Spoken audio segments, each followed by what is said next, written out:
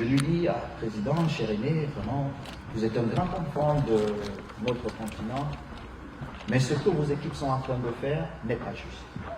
Mais souvenez-vous, je vous ai vu il y a un peu plus de 2 ans à Bora, je vous ai demandé de me supporter, que j'allais gagner les élections. Vous n'avez pas cru en moi. Je les ai gagnés. Et je vais vous dire autre chose. Je serai au comité exécutif avec vous.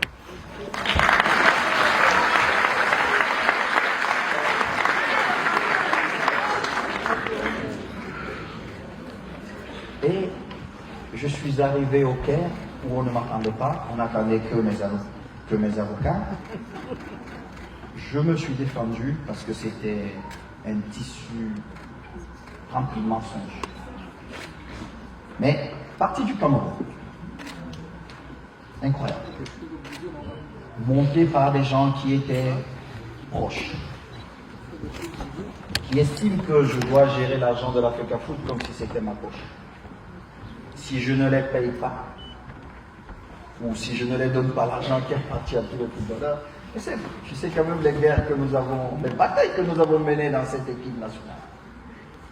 Et comment comprendre qu'après avoir mené toutes ces batailles, j'arrive là où j'ai le pouvoir de prendre certaines décisions et je fais pire que ceux qui étaient là. Et j'ai passé beaucoup de temps à expliquer à ceux qui étaient à côté de moi que ce n'était pas possible, que je n'ai pas grandi dans cette façon de faire.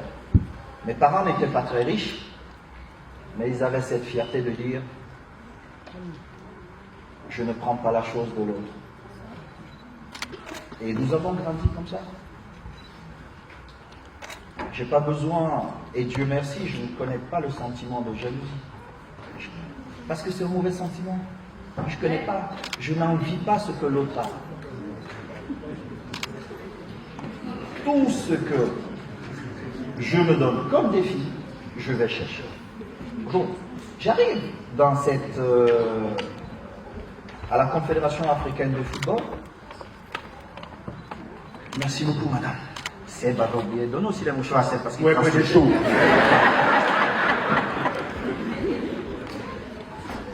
On n'a même pas encore commencé à jouer, c'est. Non, laisse. C'est l'esprit. Je n'ai même pas encore commencé à prier.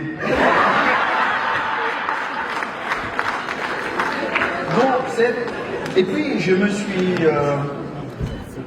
défendu avec mes armes et finalement je suis arrivé au comité exécutif de la CAF. Mais je garde mon indépendance, bien évidemment. On fait la politique du football, on doit accompagner le président Motsepe dans sa mission, mais je garde toute mon indépendance. Je ne vais pas admettre des choses qui ne sont pas bien pour notre continent, pour le football de notre continent. C'est ma façon d'être et c'est ma façon de faire.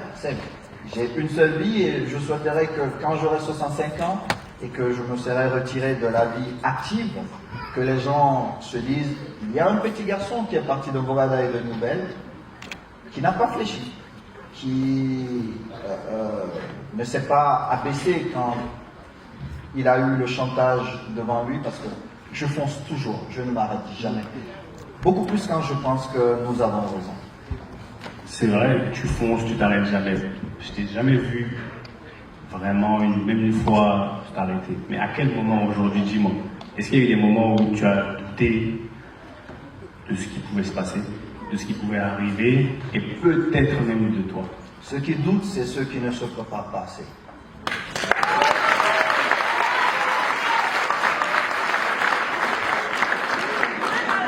Et je vais te donner un petit secret de la vie ici. Très souvent,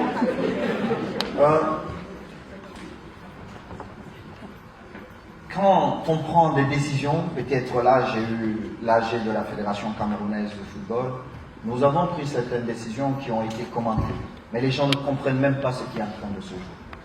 Dans quelques semaines, ils se diront, ah, c'est vers là où il allait. Parce que les gens ne comprennent pas. Les gens ne comprennent pas. Ce que nous avons fait il y a quelques jours, c'est le travail d'il y a 6 mois. des négociations avec la FIFA, monter et descendre dans les avions pour l'intérêt du football camerounais. Et quand on arrive, je dois présenter ça devant les vrais patrons du football camerounais qui sont les délégués. Je dis, voici ce que j'ai négocié, voici ce que j'ai obtenu, voilà vers où je suis en train d'aller, donnez-moi le mandat de continuer la route. Et dès que j'ai le mandat, je fonce. Mais ça se prépare bien avant. On dit souvent que c'est quand l'opportunité rencontre la préparation que le succès arrive. Toujours. Un jour, tu m'as dit, parce que j'ai passé des soirées dans sa chambre, à l'écouter parler, à le regarder. Un jour, tu m'as dit, mais un bon boc, pour ceux qui comprennent. Il m'a dit, garde toujours un œil ouvert, un œil fermé. Il m'a donné beaucoup de conseils. Et tu m'as dit, petit, on va travailler comme un noir. Pour vivre comme un blanc.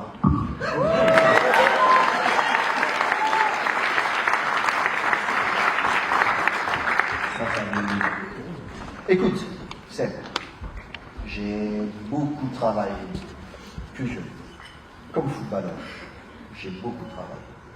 Aujourd'hui, je suis en train de travailler comme dirigeant. Mais comme footballeur, j'ai rempli ma mission. Et j'ai eu la chance de la remplir. Je reparle encore de mon épouse, de la remplir avec ma femme. Mais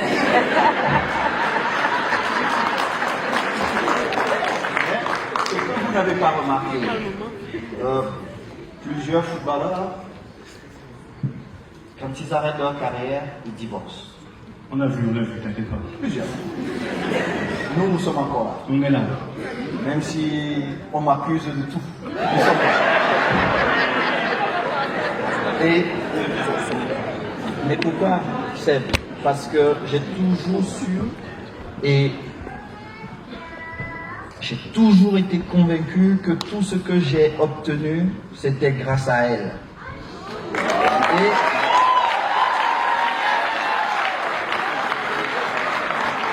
mes enfants, bien évidemment, j'ai des filles qui sont grandes aujourd'hui. Et je dis toujours, tout ce que nous avons, la seule personne qui ne peut même pas, qui a droit, ici, c'est elle. Vous n'avez rien ici. Donc, c'est ma carrière sportive comme footballeur est derrière moi. Et je souhaite qu'on retienne de moi comme dirigeant quelqu'un qui a changé une façon de faire. De toutes les façons, la fédération ne sera plus dirigée comme avant. Ça, c'est chose.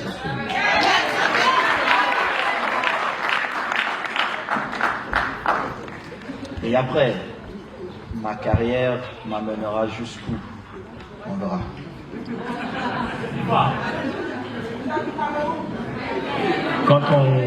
Après, on va passer, si on a l'autorisation, à quelques questions-réponses à un moment donné, parce que son temps est précieux. Maintenant, si tu dois t'adresser directement, comme tu l'as toujours fait, mais là de manière très précise, encore une fois, j'aime la précision. Parce que les gens, quand ils cherchent un peu partout, ils vont nulle part. Quand tu es précis dans ton objectif, tu as plus de chances de réussite. Si tu devais, avec ton esprit, avec ta stature, ton aura, ta personne, t'adresser au peuple camerounais, quel serait le message? On n'est pas dans la politique, on est vraiment dans ce qu'on vit. On va dire vrai, là Oui. tu m'amènes dans la politique. Ah. Bon, attends, on fait alors.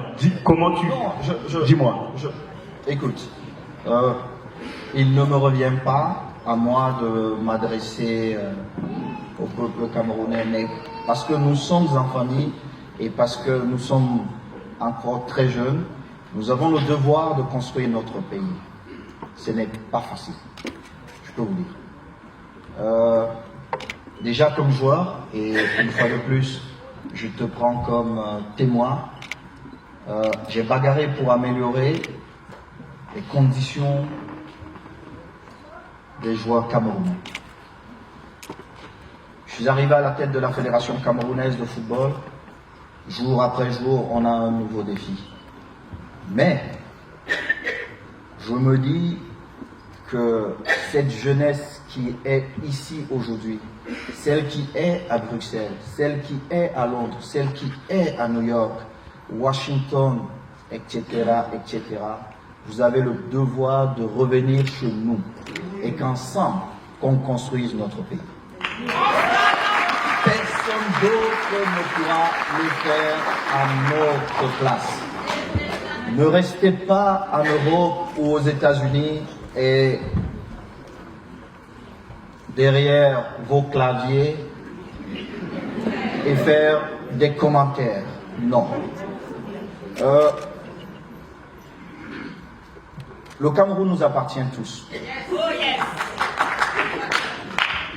Et je souhaiterais, et c'est pourquoi, plus jeune, j'avais pensé offrir pas mal d'opportunités à plusieurs jeunes, dans tous les domaines. Pourquoi? Parce que je voulais créer les dirigeants de demain.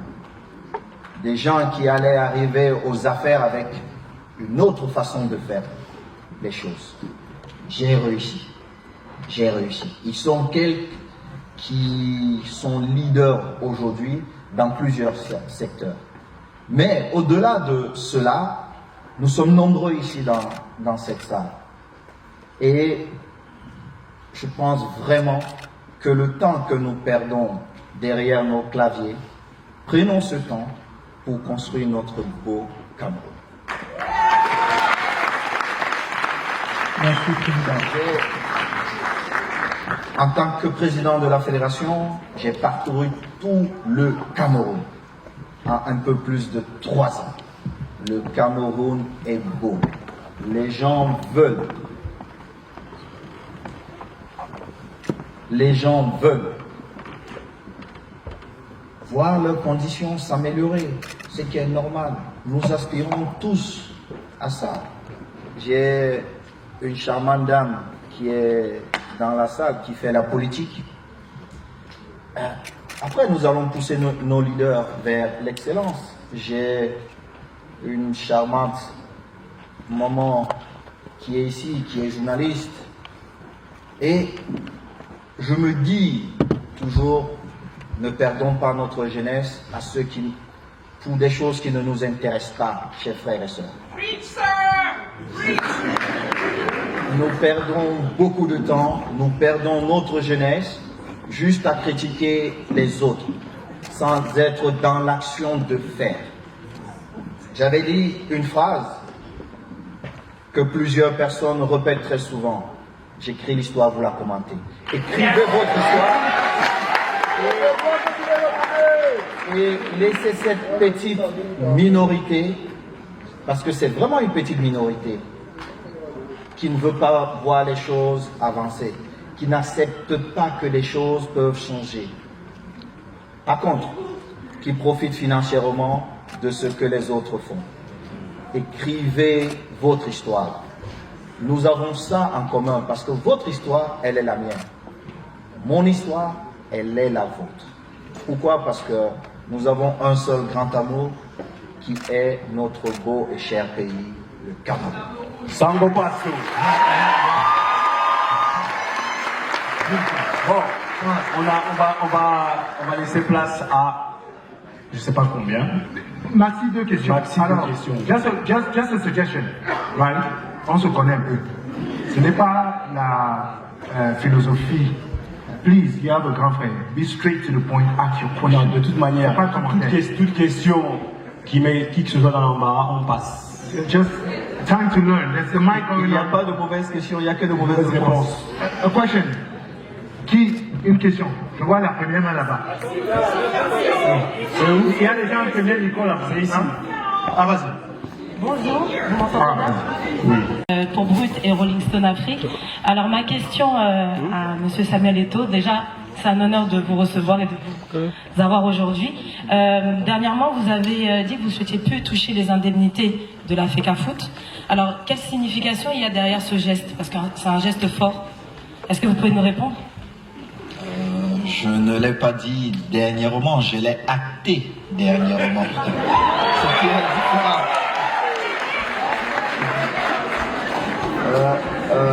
En réalité, je vais vous dire, le salaire d'un président de la Fédération camerounaise de football est de 3,5 millions de francs CFA. C'est ça le salaire du président. Après, vous avez des avantages, loyer, gardiennage, etc. Vous pouvez vous retrouver à 6 millions le mois. Mais c'est mon petit frère, tu vois le bâtiment où on est là. Je peux même pas mettre mon beau costume Berluti pour aller jouer. Je pense vraiment que ça serait même indécent de prendre ce salaire-là. Peut-être quand nous aurons terminé le nouveau bâtiment qui vous mérite, qui mérite l'histoire de notre football, je songerai peut-être à prendre un franc symbolique, peut-être pour aider les autres. Question de dire, j'ai aussi travaillé et je prends peut-être, je sais pas, 1000 francs pour mettre quelque part. Mais il est impossible, inconcevable pour moi de toucher à ce salaire. Mais je l'avais déjà dit, peut-être vous ne l'avez pas suivi. Pendant ma campagne, j'avais dit je ne toucherai pas au salaire qui est prévu pour le président.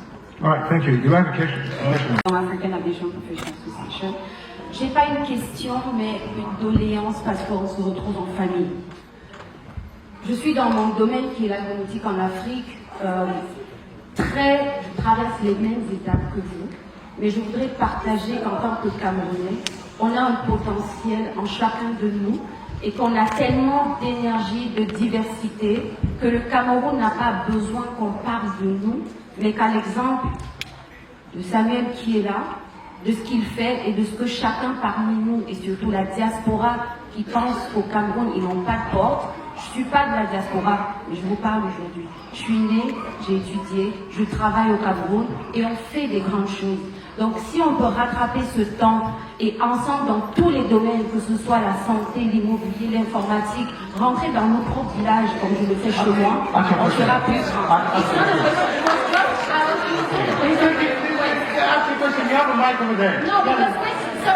Justement, vivant en France, et on rencontre aussi certaines difficultés, comme vous avez rencontré quand vous étiez sur le stade, qui est parfois du racisme. Vous avez défendu pas seulement le Cameroun, mais aussi l'Afrique. Comment est-ce que nous, qui n'avons pas une aura comme vous, pour manifester ou bagarrer, mener ce genre de combat, quel conseil vous nous donnez lorsqu'on se sent vraiment frustré? Parce que j'ai reçu beaucoup de frustration, que ce soit sociale ou même en entreprise. Exact. Même certains Africains estiment que je suis de l'autre côté, mais c'est qui est faux. Ce que je vais vous dire, ne perdez pas votre temps à discuter avec celui qui ne comprend pas. Parce que quand vous discutez avec quelqu'un qui est raciste, quelqu'un qui vous insulte, juste parce que vous avez une couleur de peau différente, même si c'est un Français, peut-être à Paris, demandez s'il est sorti de Paris. Généralement, ces gens, ils ne sont jamais sortis de Paris. Et ce sont des suiveurs. Donc, ne perdez pas votre temps, ne vous mettez pas à son niveau. Vous avez votre histoire à écrire. Et je suis convaincu que quand vous allez écrire votre histoire, il sera assis au premier rang pour vous écouter. Thank you. We take one last lady who's going to close the... Écoutez, c'est pas vrai, c'est pas vrai. Ouais. J'ai une question rapide, très importante pour M. Samuel Eto'o. Étant donné que moi je suis dans le domaine de l'entrepreneuriat, c'est quelque chose qui me passionne, et je suppose que vous aussi, le Mboa Paris fait un mélange entre les différentes activités et l'entrepreneuriat. J'aimerais savoir quelles sont les plus grandes leçons de leadership que vous avez apprises sur le terrain, que vous appliquez aussi sur vos différentes activités telles que la présidence à la FECAFOOT ou même dans d'autres business ou d'autres projets que vous avez en parallèle qui peuvent nous aider à nous, jeunes entrepreneurs, à, je ne sais pas, demain, pouvoir les utiliser pour être aussi les meilleurs comme vous l'êtes. L'échec avec cette mobile, parce que c'était un très très bon business. Mais nous avons échoué pour deux raisons. La première, c'est que j'étais trop connu à la tête de cette entreprise dont je faisais peur. Et la deuxième, c'est que je n'étais pas sur place. Et puis, il y a une autre, c'est que je ne maîtrisais pas totalement mon business. Donc, j'étais entre les mains des gens qui m'expliquaient peut-être que ce micro, en utilisant d'autres thèmes, coûte peut-être 100 000 € au lieu de peut-être 200 €. Alors je suis reparti à l'école. Quand j'ai arrêté ma carrière, je me suis donné du temps, je me suis accordé du temps. Je suis allé apprendre, comprendre. Amen. Après, quand vous êtes dans l'entrepreneuriat, il y a la gestion des hommes. Elle est très importante. Très, très importante pour vos résultats. Parce que il faut créer une situation de confiance entre vous et vos collaborateurs. Dans notre contexte, chez nous, les gens très souvent, quand ils arrivent dans certaines entreprises, plusieurs arrivent parce que un oncle vous appelle, un ministre vous appelle pour quelqu'un, un DG vous appelle, un ami vous appelle. Donc, ces personnes ne sont plus là par leurs compétences. Pourtant, elles sont même peut-être compétentes. Il faut amener ces gens, si vous acceptez de travailler dans ces conditions, à dire non, non, non. Moi, malgré le fait que, moi je vous ai pris parce que je trouve que vous êtes compétent ou compétente. Et j'ai besoin du résultat. Si vous ne pouvez pas produire, pourquoi je vous paye un salaire? Produisez, je vous paye. Et créez cette confiance entre vous et vos collaborateurs. Et dites-vous que les vrais projets se mènent en silence. Quand vous me voyez faire le bruit là, c'est que j'ai fini.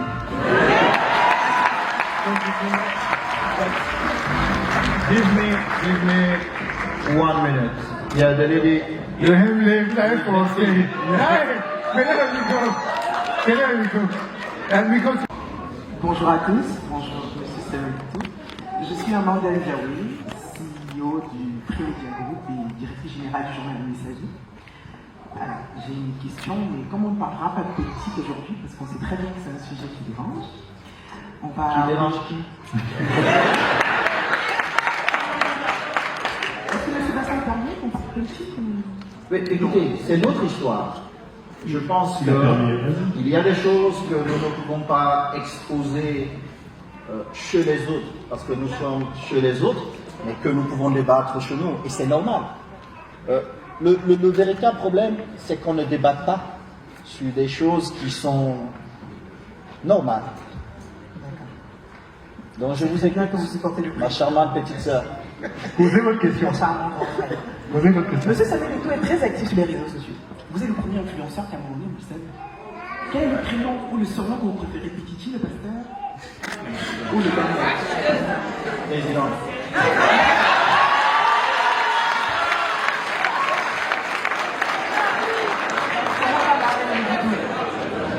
Comment va Madame Marlène Moutou? Écoutez, c'est une sœur camerounaise qui a ses opinions. Normalement, nous ne devons pas accorder autant de temps pour ces faits divers, mais nos vies sont comme ça. Thank you so much. Bon. C'est bon? S'il vous plaît. Il va, bien sûr, il ne peut pas repartir les mains vides, il a quelque chose pour lui quand même, c'est important. Merci à tous. Merci à tous d'être présents. Comme vous le savez, le Bon à Paris, c'est le premier salon de la diaspora camerounaise qui récompense les talents, ceux qui nous font briller le Cameroun, ceux qui nous font rêver. Et aujourd'hui, vraiment, on a l'emblème d'un pays qui a accepté de venir ici. Et on voulait vraiment vous remercier pour votre présence. On voulait vous remercier pour tous les yeux que vous avez émerveillés. On voulait vous remercier pour tous les rêves que vous avez créés. On voulait vous remercier pour toutes les opportunités que vous avez aussi éveillées dans la tête de beaucoup de jeunes, hommes comme femmes. Quand on se présente à l'extérieur de notre pays comme Camerounais, le premier nom qui ressort, c'est toujours le vôtre.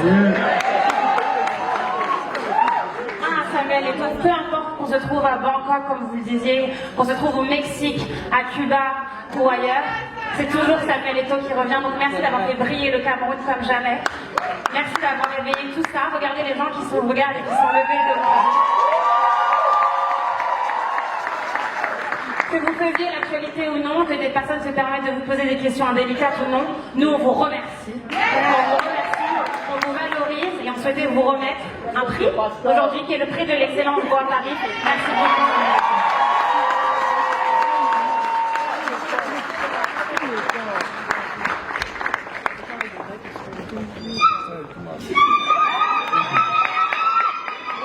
So can I invite you to come to the front to have a picture with Sébastien? S'il vous plaît.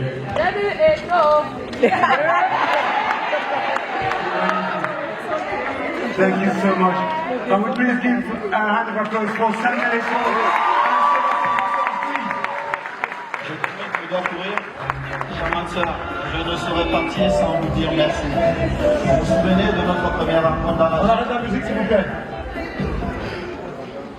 Vous faites avancer les lignes. C'est pas toujours facile, mais vous êtes visionnaire et ne vous arrêtez pas. Quand nous sommes arrivés à la Fédération camerounaise de football, j'ai dit je veux 50% de femmes et 50% d'hommes. Vous savez pourquoi? Pour aller plus vite, parce que je n'ai pas beaucoup de temps.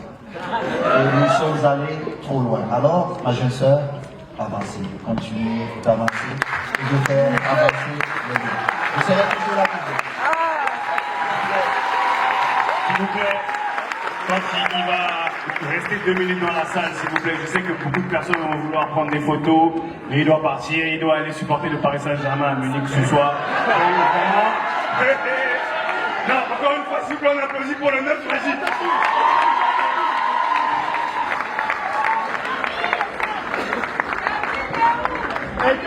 Il est là.